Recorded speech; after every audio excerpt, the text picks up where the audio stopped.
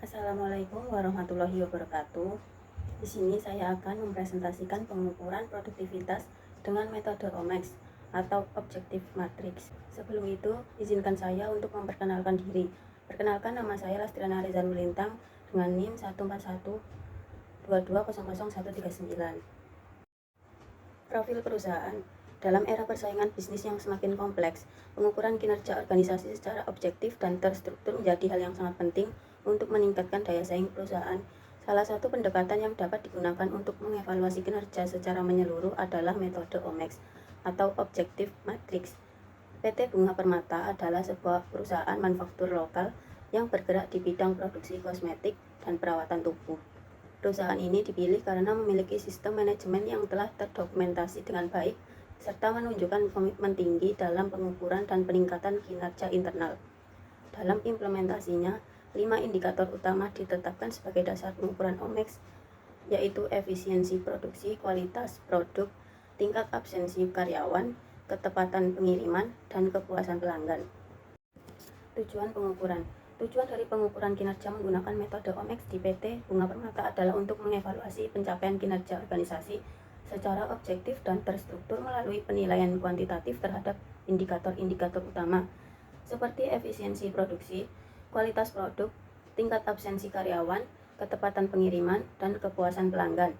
Dengan demikian, perusahaan dapat memperoleh gambaran menyeluruh mengenai kinerja fungsional tiap bagian, mengidentifikasi area yang memerlukan perbaikan, serta menetapkan langkah strategis guna meningkatkan daya saing dan efektivitas operasional secara berkelanjutan. Menentukan kriteria dan data-data. Berikut ini adalah tabel dari data-data periode bulan Januari 2023 sampai Januari 2024, disertai dengan input. Di input terdapat 4 kriteria, yaitu kriteria 1 sampai kriteria 4, dan terdapat output. Perhitungan rasio performance setiap kriteria pengukuran. Untuk mengetahui rasio performance, rumus yang digunakan adalah output dibagi input.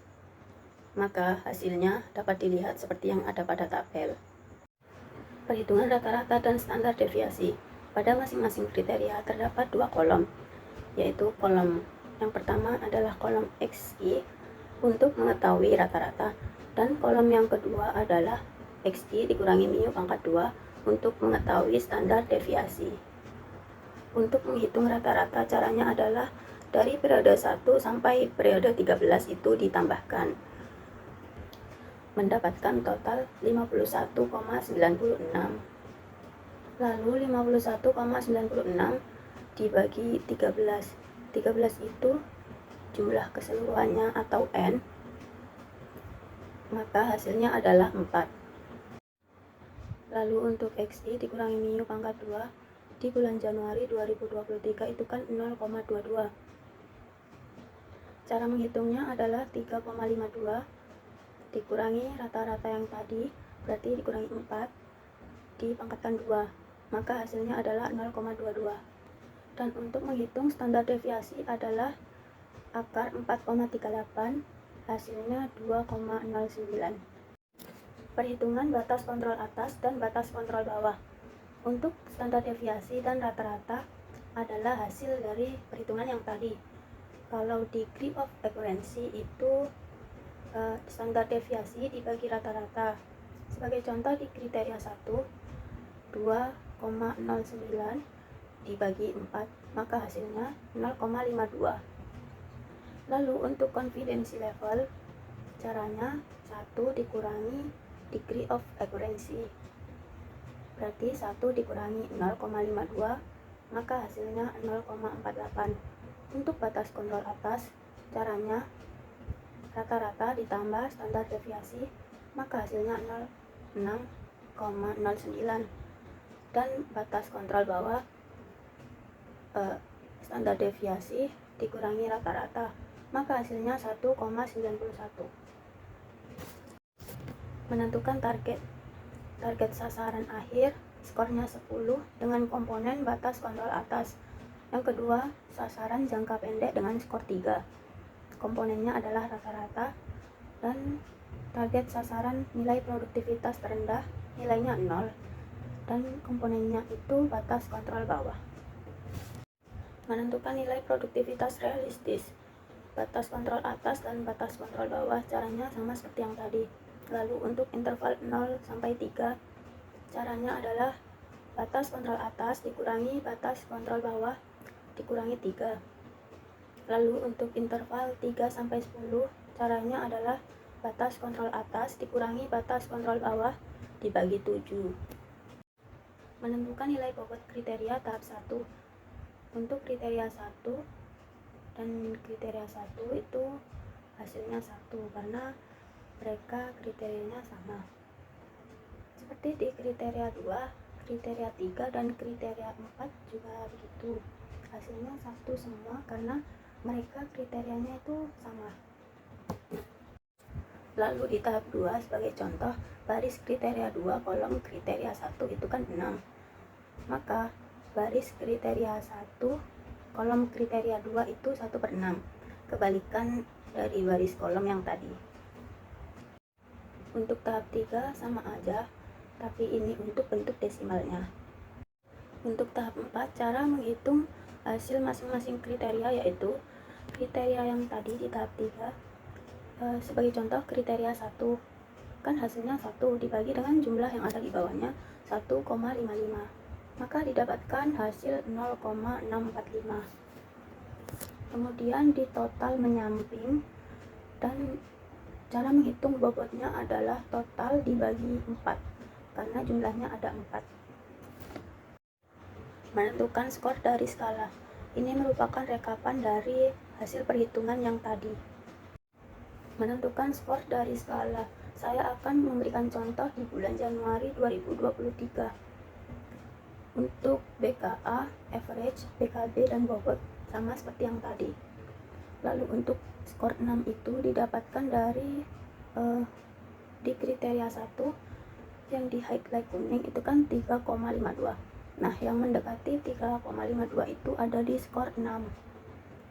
Lalu untuk value-nya skor dikali dengan bobot. Kemudian di total didapatkan hasil 5,88. Perhitungan ini berlaku untuk semua periode dari bulan Januari 2023 sampai bulan Januari 2024. Menentukan pencapaian kerja. Ini merupakan rekapan dari perhitungan yang tadi dan mengalami naik turun pada periode sebelumnya dan periode saat ini. Ini adalah gambar grafik pencapaian kerja. Grafik di atas menunjukkan pencapaian kerja bulanan selama 1 tahun, dimulai dari bulan Januari 2023 hingga Januari 2024.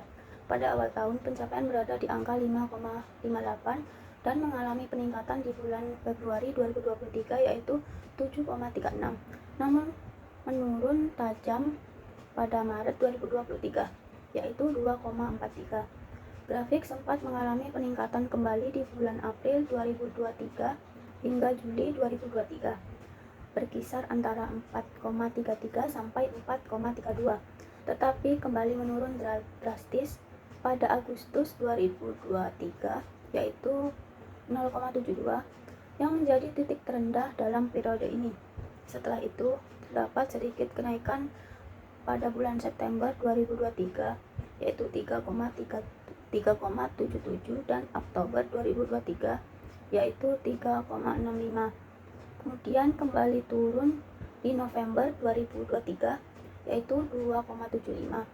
Puncak pencapaian terjadi pada bulan Desember dengan nilai tertinggi 2023 yaitu 10. Namun kembali turun signifikan di Januari 2024 yaitu 2,34. Menentukan indeks produktivitas total. Rumusnya adalah indikator performansi saat ini dikurangi indikator performansi periode sebelumnya per indikator performansi periode sebelumnya dikali 100, atau indikator performansi saat ini dikurang indikator performansi periode sebelumnya per indikator performansi periode sebelumnya. Sebagai contoh, pada indikator Februari 7,36 dan indikator Januari 5,88. Untuk menghitung indeks produktivitas yaitu 7,36 dikurangi 5,88 dibagi 5,88, hasilnya 0,52. Hasilnya 0,25. Kesimpulannya adalah berdasarkan hasil perhitungan di atas, maka dapat diketahui indeks produktivitas terlihat bahwa terjadi peningkatan produktivitas sepanjang tahun dengan nilai terendah pada bulan Februari sebesar 0,25 dan peningkatan signifikan pada bulan Juni sebesar 18,64 yang menunjukkan pencapaian kinerja yang sangat tinggi dibanding bulan lainnya. Nilai indeks produktivitas pada bulan April sebesar 0,76 dan bulan Desember sebesar 1,05 juga mencerminkan adanya perbaikan dan stabilitas produktivitas di akhir tahun. Kinerja ini mengindikasikan perlunya evaluasi terhadap faktor-faktor yang memengaruhi rendahnya produktivitas di awal tahun, serta pentingnya mempertahankan dan mengoptimalkan pencapaian di bulan dengan kinerja tertinggi. Sekian video presentasi dari saya. Wassalamualaikum warahmatullahi wabarakatuh.